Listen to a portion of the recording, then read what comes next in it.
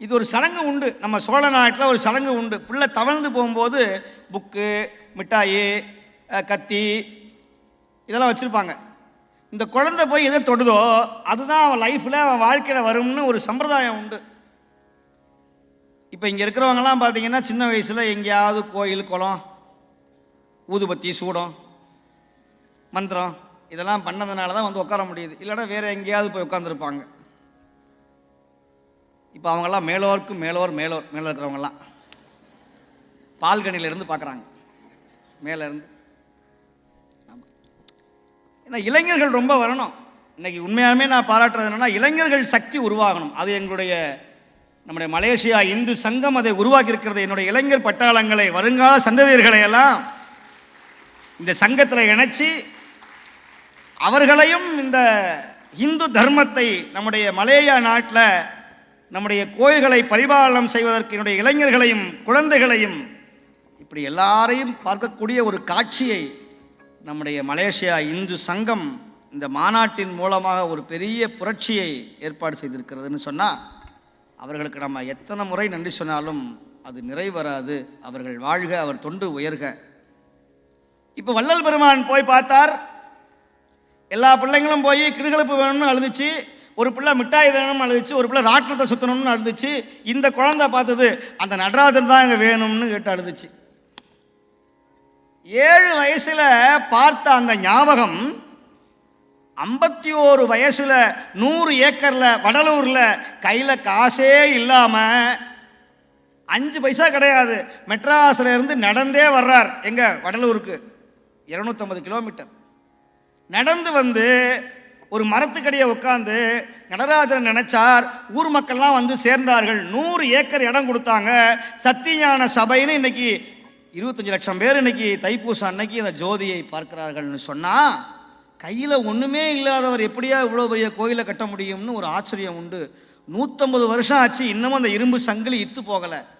அவர் தோண்டின அந்த ஓடை தண்ணி வத்துறது கிடையாது.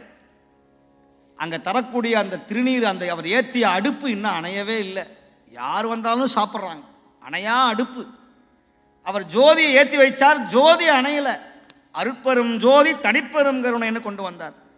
அவர் பார்த்தார், பெருமானை பார்த்து, நடராஜரை பார்த்து ஒரு பாட்டு பாடினார்.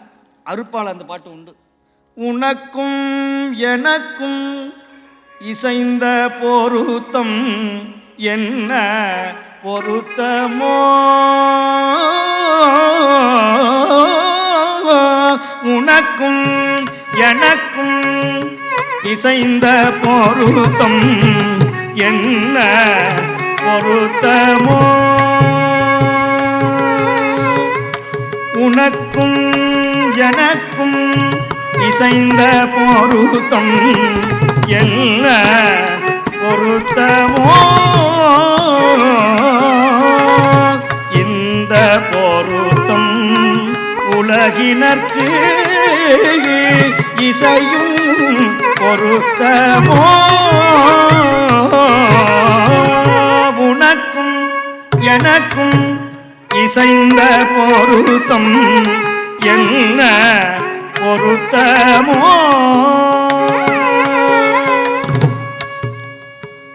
இதை பின்னா பாடினா, உனக்கு எனக்கு தான் பொருத்தம், இது எத்தனை கண்களுக்கு வருத்தம்னா.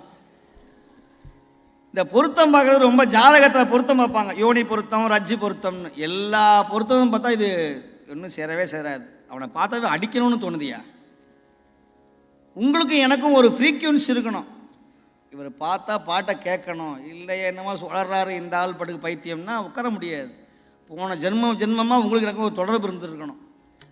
அதனால தான் அந்த தொடர்பெல்லாம் பக்கத்தில் உட்காந்துருக்கணும். இவருக்கு எனக்கு, உங்களுக்கு எனக்கு. இல்லாட்டா இங்கே யாரும் வரமாட்டாங்க. நம்ம மகேந்திர சிவாச்சாரியாக இருக்கட்டும், நம்ம ஐயாவா கோபி சிவாச்சாரியாக இருக்கட்டும், நம்ம தலைவராக இருக்கட்டும், யாராக இருக்கட்டும், இங்கே பக்கத்தில் உட்காந்துருக்கீங்க. உங்களுக்கு ஒரு ஃப்ரீக்வன்சி இருக்கணும் பக்கத்தில். இல்லைன்னா எட்டு போயிடுவான், இவன் பக்கத்தில் நான் உட்காந்துருக்கான் பாரு அப்படின்னு. உங்களுக்குள்ள ஒரு தொடர்பு இல்லைன்னு சொன்னால் இந்த பொருத்தம் எப்போ வந்ததுன்னா போன ஜென்மத்திலிருந்தே வந்த பொருத்தமாக இருக்கணும். கணவன் மனைவியாக இருந்தாலும்.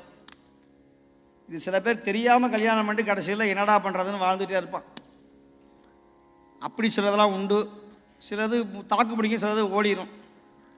அதனால் திருமணம் செய்கிறது ரொம்ப ஜாக்கிரதையாக பார்த்து கல்யாணம் பண்ணணும். இல்லைன்னா ரொம்ப மாட்டிக்குவோம். ஆமாம், ஆமாம். அப்படி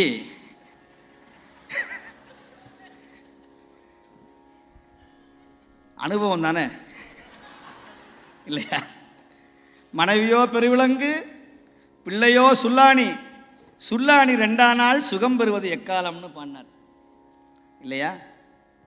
அப்பா அது வாங்கி கொடு, அப்பா இது வாங்கி கொடு, சொத்து சேர்க்கணும், கார் வாங்கி வைக்கணும், எல்லாம் செய்யணும். ஆனால் மலேசியாவில் அதெல்லாம் கிடையாதுன்னு கேள்விப்பட்டேன். அவன் சம்பாரிச்சிக்க வேண்டியது. தமிழ்நாட்டில் பார்த்தீங்கன்னா ஐயோ கடவுளை, சிங்கப்பூரில் 2 வீடு வாங்கினாலும் மலேசியாவில் 4 வீடு வாங்கணும்னு ஆசைப்பட்றான். ஆசை யாரை விட்டது? விட்டதடி ஆசை விளாம்பழத்து ஓட்டோடங்கிற மாதிரி ஆசைக்கோர் அளவில்லை. அகிலமெல்லாம் கட்டி ஆளினும் கடல் மீது அரசு செல்லவே ஆசைப்படுவர்னு சொன்னார் நம்முடைய தாய்மான சுவாமிகள். இப்போ இந்த பொருத்தம் சரியா இருக்கணும். அப்படி பொருத்தத்தோட நடராஜரை போய் பார்க்கணும். எங்க சொல்ல வர்றேன் அப்படின்னா, நடராஜ பெருமானை போய் வாழ்க்கையில் ஒரு தடவையாவது தரிசனம் செய்யணும். அப்படி திருநாளை போவார். பல நாள் காண வேண்டாமோ சிதம்பரம், காண வேண்டாமோ இரு கண்ணிருக்கும் போதே விண்ணுயர் கோபுரம் காண வேண்டாமோ, ஐயனை காண வேண்டாமோ இரு கண்ணிருக்கும் போதே விண்ணுயர் கோபுரம் காண வேண்டாமோ, சிதம்பரம் காண வேண்டாமோ. கோட்டை சடலம் போடுங்க, கோட்டை சடலம் போடுங்க, வெற்றலுண்டு கூட்டிலிருந்துயிர் ஓட்டம் பிடிக்கும் காண வேண்டாமோ, சிதம்பரம் காண வேண்டாமோ, ஐயனை காண வேண்டாமோ. வையத்திலே கரு பையை சுற்றி, வையத்திலே கரு பையில் கிடந்துள்ளம் நைய பிறவாமன் ஐயன் திருவடி காண வேண்டாமோ, சிதம்பரம் காண வேண்டாமோ. வீணில் கழனியை சுற்றி சுற்றி வந்து, வீணில் கழனியை சுற்றி சுற்றி வந்து மேதினி போக்கும் சிதம்பர தேவனை காண வேண்டாம். வீணில் கேயலை சுற்றி சுற்றி வந்து, வீணில் கேயலை சுற்றி சுற்றி வந்து மேதினி போக்கும் சிதம்பர தேவனை காண வேண்டாமோ, சிதம்பரம் காண வேண்டாமோ, ஐயனை காண வேண்டாமோ. நல்ல கண் இருக்கும் போதே சிதம்பரத்தில் போய் பார்த்து விடுன்னு சொல்றார். அப்படி சிதம்பரத்தை போய் தரிசனம் பண்ணணும். எங்க விட்டோம்? ஜோசியர் வந்தார், சுடுகாட்டு வழியா வந்தார். ஒரு மண்டை ஓடு கிடந்தது, நல்லா சிரிச்சுக்கிட்டு இருக்கு. நான் வாழும்போது தான் சிரிக்கலை, இப்போயாவது சிரிக்கிறேன். மலேசியாவிலேயே கபால மாலை, மண்ட ஓடு மாலை சிவராத்திரி அன்னைக்கு சாத்தினோம் நம்முடைய ராஜராஜேஸ்வர பெருமானுடைய தேவஸ்தானத்தில். அது மலேசியா மட்டுமல்ல, உலகம் முழுக்க அந்த வீடியோ போச்சு.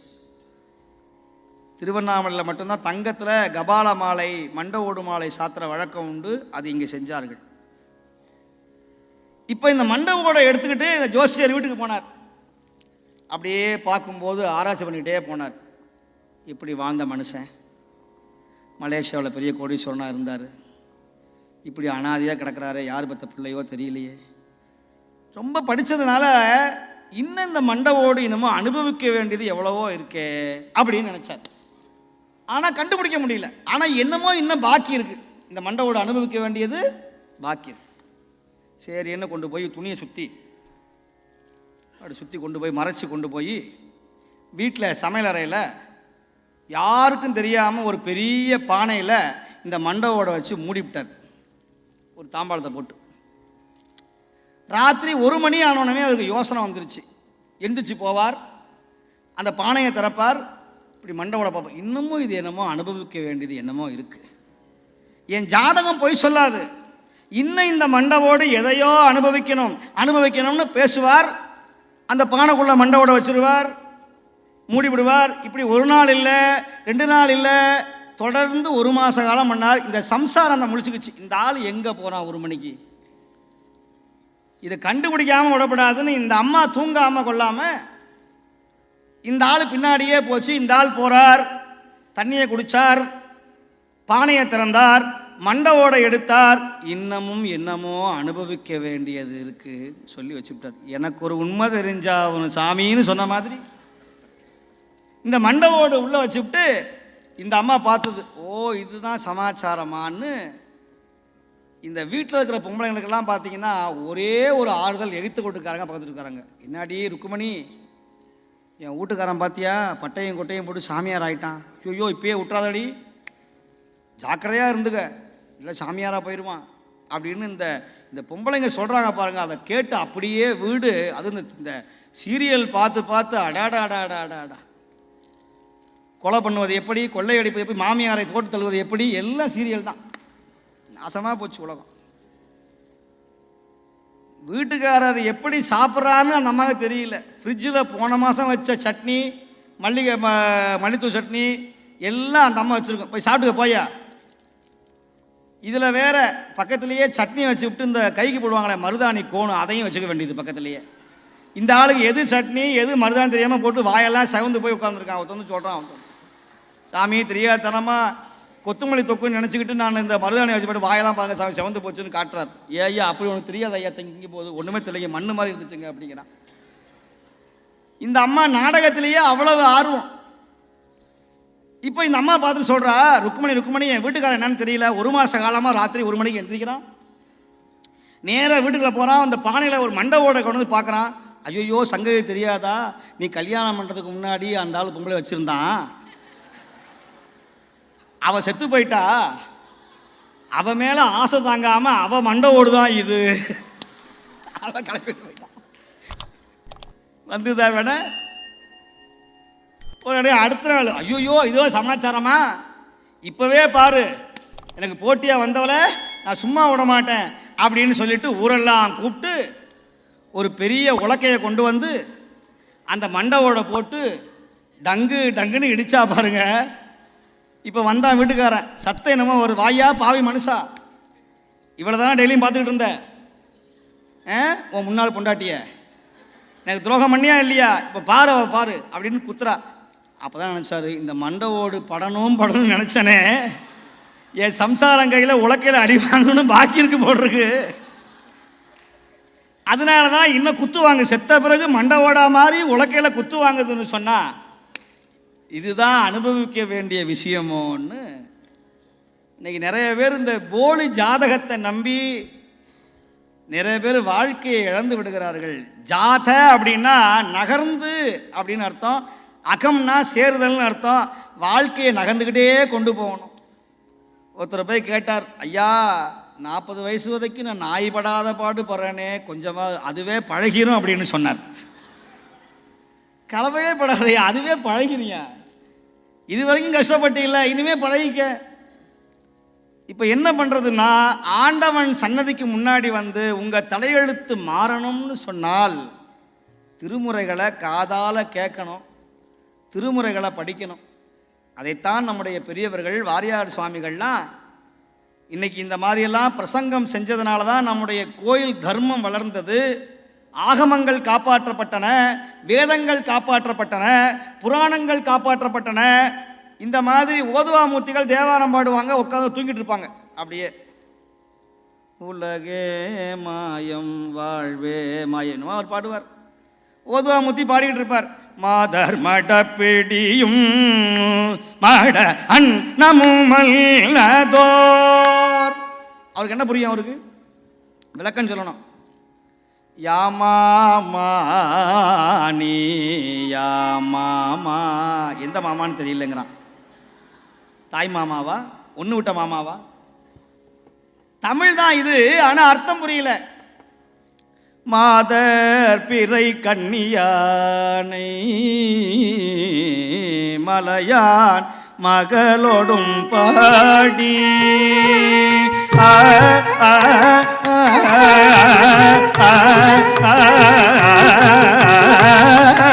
மாதர் பிறை கண்ணியானை மலையான் மகளோடும் பாடி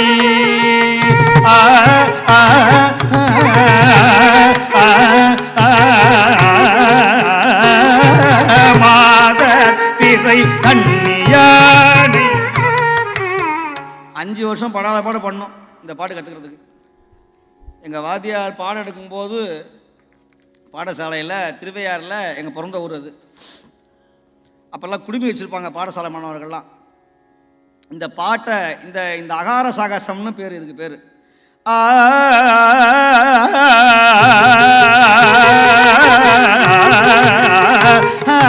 மாதர் பிறை கண்ணியானை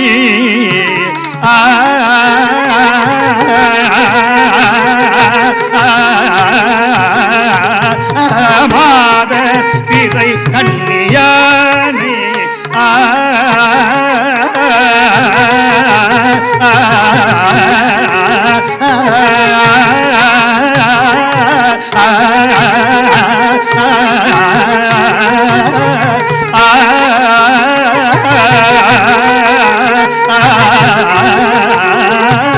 மாதர் பிறை கண்ணியானை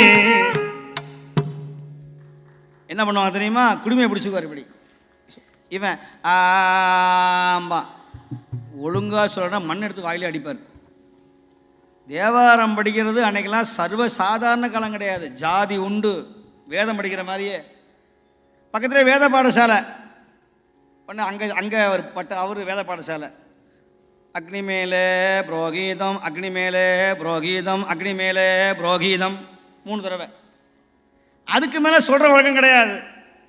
வேதத்தில் 5 தடவை சொல்லுகிற ஒரே வழக்கம் எதுன்னு சொன்னால் சுப்பிரமணியோம் சுப்பிரமணியோம் சுப்பிரமணியோம்னு சொல்லலாம். அதுக்கு மேலே சொல்லலாம் 2 தடவை. ஆனால் வேதம் அபியாசம் பண்ணுகிற பொழுது 3 தடவைக்கு மேலே சொல்லப்படாது. கணானாம் த்வா கணானாம் த்வா கணானாம் த்வா கணபதிகும் கணபதிகும் ஹவாமகே ஹவாமகே ஹவாமகே. அதோடு நிப்பாடிக்கணும். இல்லை கொஞ்சம் எனக்கு புரியலன்னா இதை எழுதவும் கூடாது. காதில் கேட்டு. இதுக்கு பேர் எழுதா கிழவின்னு பேர் வேதத்துக்கு. கிழவினா சொல்லு, எழுதாமறை. ஆனால் தேவாரம் அப்படி கிடையாது. கிரியோவில் எழுதிக்கிறோம், ஹிந்தியில் எழுதிக்கிறோம், மலையாளத்தில் எழுதிக்கிறோம், தமிழில் எழுதிக்கிறோம், புஸ்தகமாக போட்டு அனுப்புகிறோம். இந்த ராஜராஜ சோழன் மட்டும் இல்லைன்னு சொன்னால், கடாரம் கொண்டான்னு அவன் மட்டும் இல்லைன்னு சொன்னால் இந்த தேவாரம் கிடச்சிருக்குமா? ராஜராஜ சோழன் அழுத இடம் ஒன்றே ஒன்று தான். திருமுறையெல்லாம் இப்படி கரையான் அழிச்சு போச்சேன்னு சிதம்பரத்தில் பார்த்து கண்ணீர் விட்டு அழுதானா ராஜராஜ சோழ சக்கரவர்த்தி. அவன் முதல்ல கேட்ட இந்த பாட்டு தான் மாதரப்பிறை கண்ணியான். 40 கண்ணில்லாத ஓதுவார்கள் பாடிக்கிட்டு போனாங்க. நான் சின்ன பிள்ளையாக இருக்கும்போது பார்த்தீங்கன்னா பிச்சைக்காரங்களாம் வருவாங்க சாயங்காலம் 6 மணிக்கு எங்கள் திருவையாறில். களிமேடு வளப்பக்குடி அப்படின்னு கிராமத்தில். கண்ணு தெரியாது யாருக்குமே, எப்படி சேர்றாங்கன்னு தெரியாது. ஒரு 10 பேர் சேருவாங்க. ஒருத்தர் கையை பிடிச்சிக்கிட்டு துண்டை அப்படி விரிச்சிட்டு வருவாங்க. பொன்னார் மேனியனே புலி தோலை அரை கசைத்து மின்னார் செஞ்சடை மேல் மிளிர் கொன்றை அணிந்தவனே பொன்னார் மேனியனே. அம்மா தாயே, மண்ணே மாமணியே மழப்பாடியுள் மாணிக்கமே அண்ணே உன்னையெல்லாம் இனி யாரை நினைக்கேனே பொன்னார் மேனியனே. தாயே தர்மம் பண்ணுங்கம்மா அப்படின்னு பாடுவார். எல்லாரும் போய் அரிசி காசு சாப்பாடெல்லாம் போடுவாங்க. அவங்க இதை பாடி முடித்த பிறகு இந்த வேதம் சாமவேதம் சொல்கிற மாதிரியே ஒன்று பாடுவாங்க. இந்த சாமவேதம் நீங்கள் கேட்டே தெரியும். சாமவேதம் ரொம்ப அற்புதமாக இருக்கும். ஆவா வா ஆவா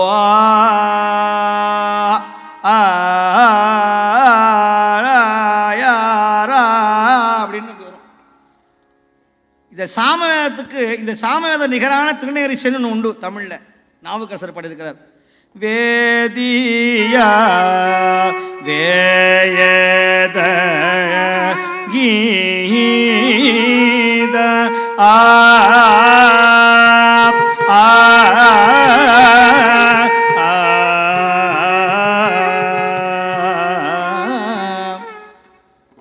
இந்த அகார சாகசம் ரொம்ப கஷ்டம். தேவாரம் படிக்கிறவங்க நல்ல சங்கீத ஞானம், குரல் வளம் இருக்கணும்.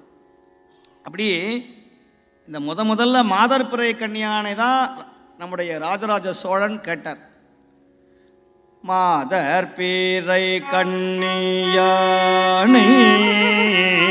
மாதர்பிறை கன்னியானை மாதர்பிறை கன்னியானை மலையார் மகளோடும் பாடி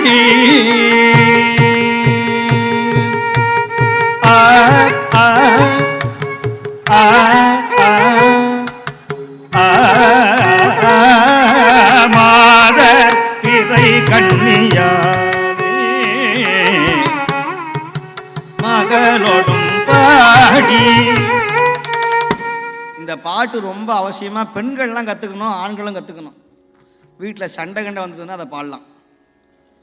வீட்டுக்காரம்மா கேட்டனா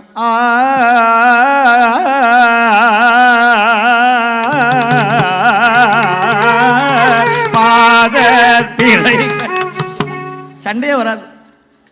நாங்கள் பிள்ளைங்களாம்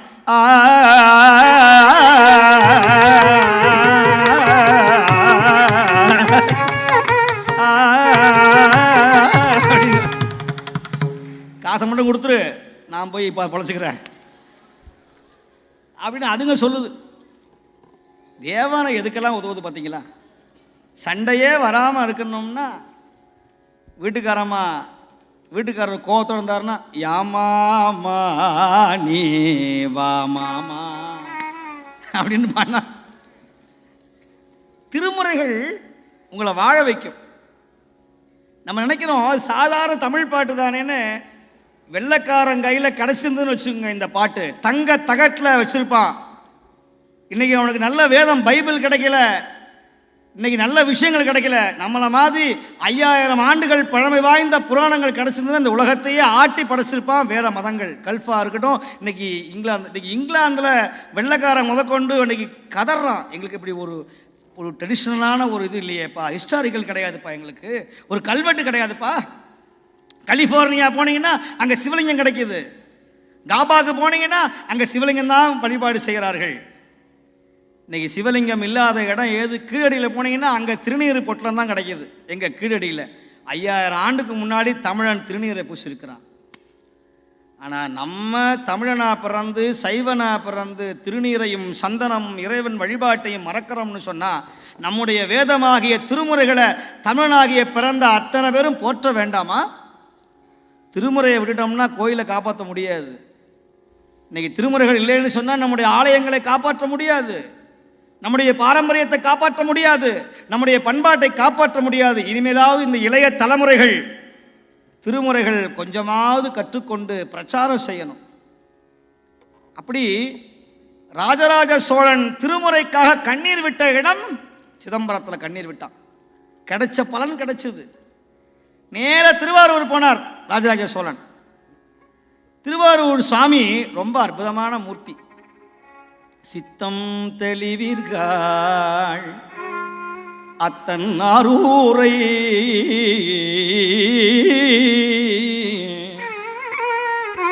பக்தி மலர்த்தூவ முக்தியாகுமே நிலை பெறுமாறு என்னுடைய நெஞ்சே நிவா.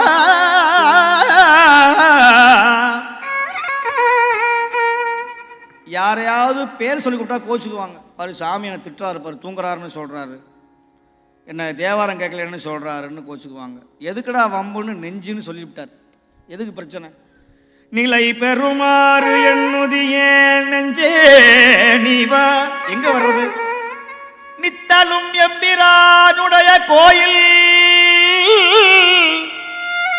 தினமும் கோயிலுக்கு போப்பா. நீ தமிழ்நாடா கோயிலுக்கு போகிறது?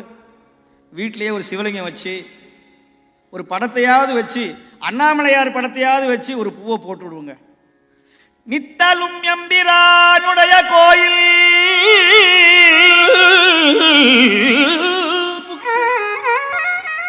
புணர்வதன் முன் அலகிட்டு மெழுக்குமிட்டு தண்ணியால தொடச்சி சாணம் போட்டு மெழுகி ஒரு கோலம் போட்டு. தமிழ்நாடு பெண்கள்லாம் ரொம்ப உயர்வானவங்க. சின்னோண்டு ஒரு கூடையை கண்டுபிடிப்பாங்க. அதில் இத்தனோண்டு டப்பாவை எங்கேயாவது வாங்கிட்டு வந்து அதில் கொஞ்சோண்டு எண்ணெயை கொண்டு வந்து கோயிலில் ஒரு டிராப்ஸாக விளக்கு போட்டே வருவாங்க. அவ்வளோ புண்ணியவதிங்க. கோயிலில் போனால் நிறைய எண்ணெய் வாங்கி தரணும். எங்கள் மடத்தின் சார்பாக இன்றைக்கி சோழ நாட்டில் தமிழ்நாட்டில் 30 கோயிலுக்கு மாதம் விளக்கரிக்க எண்ணெய் கொடுத்துட்ருக்குறோம். இன்றைக்கி எங்கள் ஆதிரத்தின் சார்பாக இன்றைக்கி விளக்கு எரியுது. பாடல்பட்ட கோயிலில் சிவாச்சாரியாருக்கு அரிசி கொடுக்குறோம். கஷ்டப்படுறாங்க, சாமி சாப்பாட்டுக்கே வழி இல்லைங்க. எத்தனை கோயில் தெரியுமா? எல்லாம் திருப்பதியிலையுமே கொட்டுறான், திருவண்ணாமலை கொட்டுறான் காசை கொண்டு போய். நாங்கள் தெரியும், நாங்கள் இந்து சமயத்தில் இருக்க தெரியும். பல கோயில் 450 கோடி 500 கோடி தங்க நகை வெள்ளி பழனிமலையில் தங்கத்தை வச்சு என்ன அவரே ஆண்டி அணிக்கிறார் கோவணத்தோட. யார்? முருகன். அங்கே இருக்கிறவங்க கோடீஸ்வரனாக இருக்கிறான். அவர் மட்டும்தான் ஆண்டி, மற்றவங்களாம் கோடீஸ்வரன். பழனிமலை பஞ்சாமத்தில் பிரச்சனை, குப்பாடுறவன் கோடீஸ்வரன், விபூதி தரவன் கோடீஸ்வரன். விபூதி வித்தே பெரிய கோடீஸ்வரன் ஆகிட்டார் சித்தநாதன். வெறும் சாம்பல் பவுட்ரு, அவரே கோடீஸ்வரன், பல கோடிக்கு அதிபதி. ஆனால் முருகன் பார்த்தீங்கன்னா அப்படியே ஆண்டியாக நிற்கிறார், கையில் தண்டோடு கோவணத்தோடு. ஏண்டாங்கி வந்தோம், தெரியாதனமாக வந்துட்டோம். அன்றைக்கே மாம்பழ பிரச்சனையில் அங்கேயே இருந்திருந்தேன்னா நான் வந்திருக்க மாட்டேன்.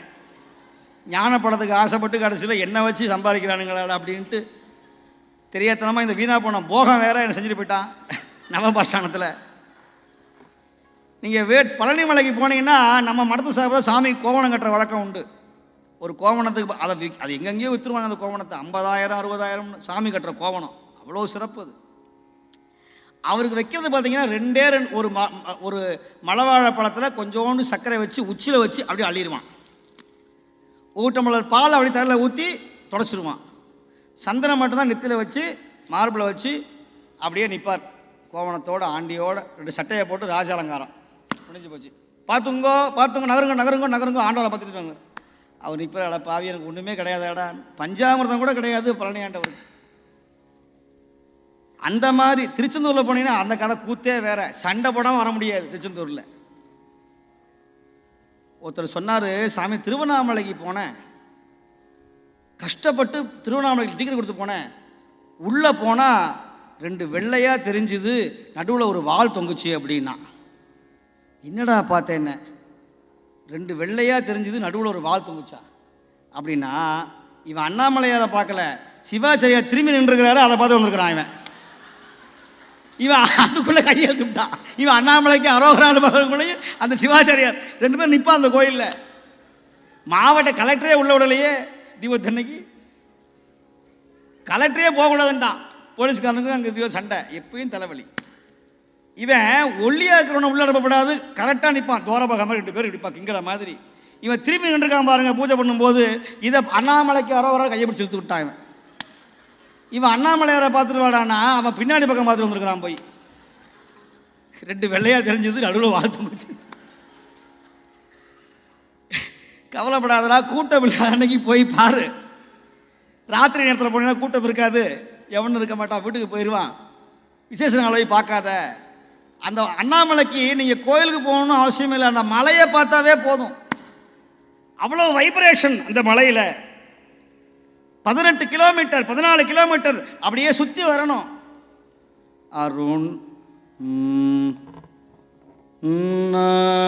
அருணாச்சல சிவ அருணாச்சல சிவ அருணாச்சல சிவ அருணாச்சல அருணாச்சல சிவ.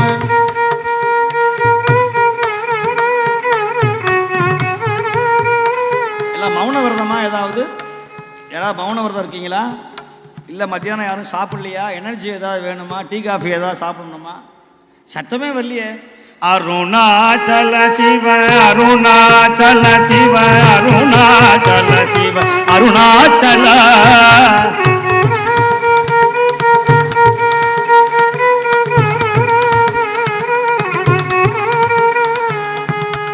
மேலையும் வரல கிளை மேலோர்க்கும் மேலோர்க்கும் மேலாய் போற்றி. சொல்லுங்களேன். அருணாச்சல சிவ அருணாச்சல சிவ அருணாச்சல சிவ அருணாச்சல.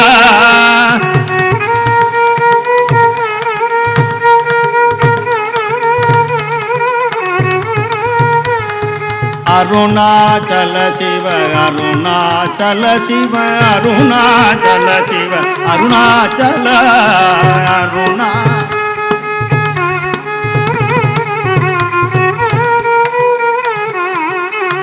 அவ்வளவுதான். 7 ஜென்ம பாவம் போகுமா.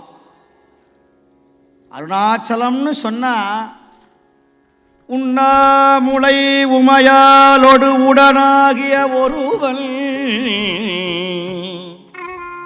பெண்ணாகிய பெருமான்மலை திருமாமணி திகழ மன்னார்ந்தன அருவித்திரல் மழலை முழவு அதிரும் அண்ணாமலை அண்ணாமலை. சொல்லுங்க. அண்ணாமலை தொழுவார் வினை வழுவா வண்ணம் மருமே. ஞானசம்பந்தர் பாடின இடம் 40 கிலோமீட்டர் தள்ளி அரைகண்டநல்லூர்லேருந்து பாடுறார். மலையை பார்த்து பாடுறார். இந்த ஊரில் 2 பேர் இருந்தாங்க, குரு சிஷ்யர்னு 2 பேர். ஒருத்தர் குகை நமச்சிவாயர், குரு நமச்சிவாயர். சிஷ்யனுக்கு பேர் குரு நமச்சிவாயர், குருநாதருக்கு பேர் வெறும் நமச்சிவாயர். குருநாதர் பார்த்தார், வாந்தி எடுத்தார் வெபக்குன்னு. சிஷ்யா, மனிதனுடைய கால் தடம் படாத இடத்திலே இதை கொட்டிட்டு வா. உத்தரவு குருநாதா. 1 மணி நேரம் ஆளைய காணோம். சிஷ்யர் வந்தார். எங்க கொட்டினேன்னு கேட்டார். மனிதனுடைய கால் தடம் படாத இடத்திலே நான் கொட்டினேன். உண்மையை சொல், என்ன பண்ணின? உங்கள் திருவாயிலிருந்து கிடைச்ச அந்த அமுதத்தை என் வயிற்றில் கொட்டினேன்னு சொன்னாராம். ஏய், நீ இனிமேல் இங்க இருக்க வேண்டிய ஆள் கிடையாது. நீயே குரு நமச்சிவாயன், நீ சிஷ்யன் கிடையாது, நீ இனிமே குருநாதன், நீ கிளம்புனாராம். நம்மளா இருந்தா ஒரு குருட்ட போய் கேட்டான் சிஷ்யன், சுவாமி எனக்கு எப்போ ஞானம் வரும்? நான் செத்தா ஞானம் வரும்னார். எப்போ சாவிங்கன்னு கேட்டான். குச்சி எடுத்து அடித்தார். திரும்பி வந்த தொலைச்சி விடுவேன். நான்கிற அகம்பாவம் என்னைக்கு சாவுதோ அன்னைக்கு தானே ஞானம் வரும்னு சொன்னேன். நான் விட்டா கொல்லி போட்டிருக்கேன், கருமாதி பண்ணிட்டு போட்டிருக்கேன், போட அப்படின்னார். இன்னைக்கு குரு சிஷ்யன்லாம் அப்படி இருக்கிறான். நான் என்கிற அகம்பாவம் என்று அழிகிறதோ அதை சொல்லுகிறார் மணிவாசகர். நான் யார் என் உள்ளமார்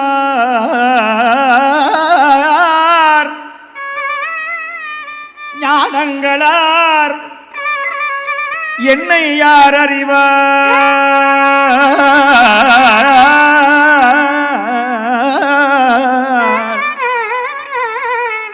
வானோர் வானோர் பிரான் என்னை ஆண்டிலனே மதி மயங்கி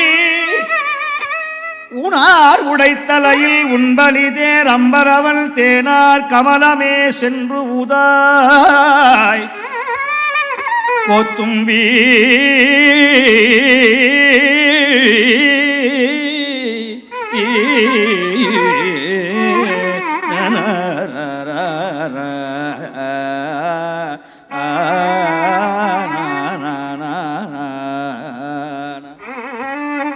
இது அப்படியே எழுதினார் கண்ணதாசன். நீ யார் நான் யார் நாளும் தெரிந்தவர் யார் யார் தாயார் பிறந்தார் அறியார். இத ரமணர் கேட்டார். நான் யார் தெரியலையேப்பா, அண்ணாமலை போய் கேளு.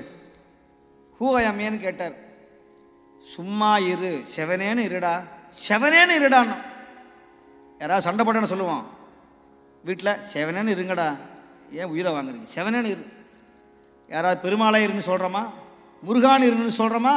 சிவனே என்று இருமணமே, சிவனே என்று இருமணமே, சிவனே என்று இருமணமேன்னு சொல்லுகிறார் பட்டினத்து சுவாமி. அப்படி எங்க விட்ட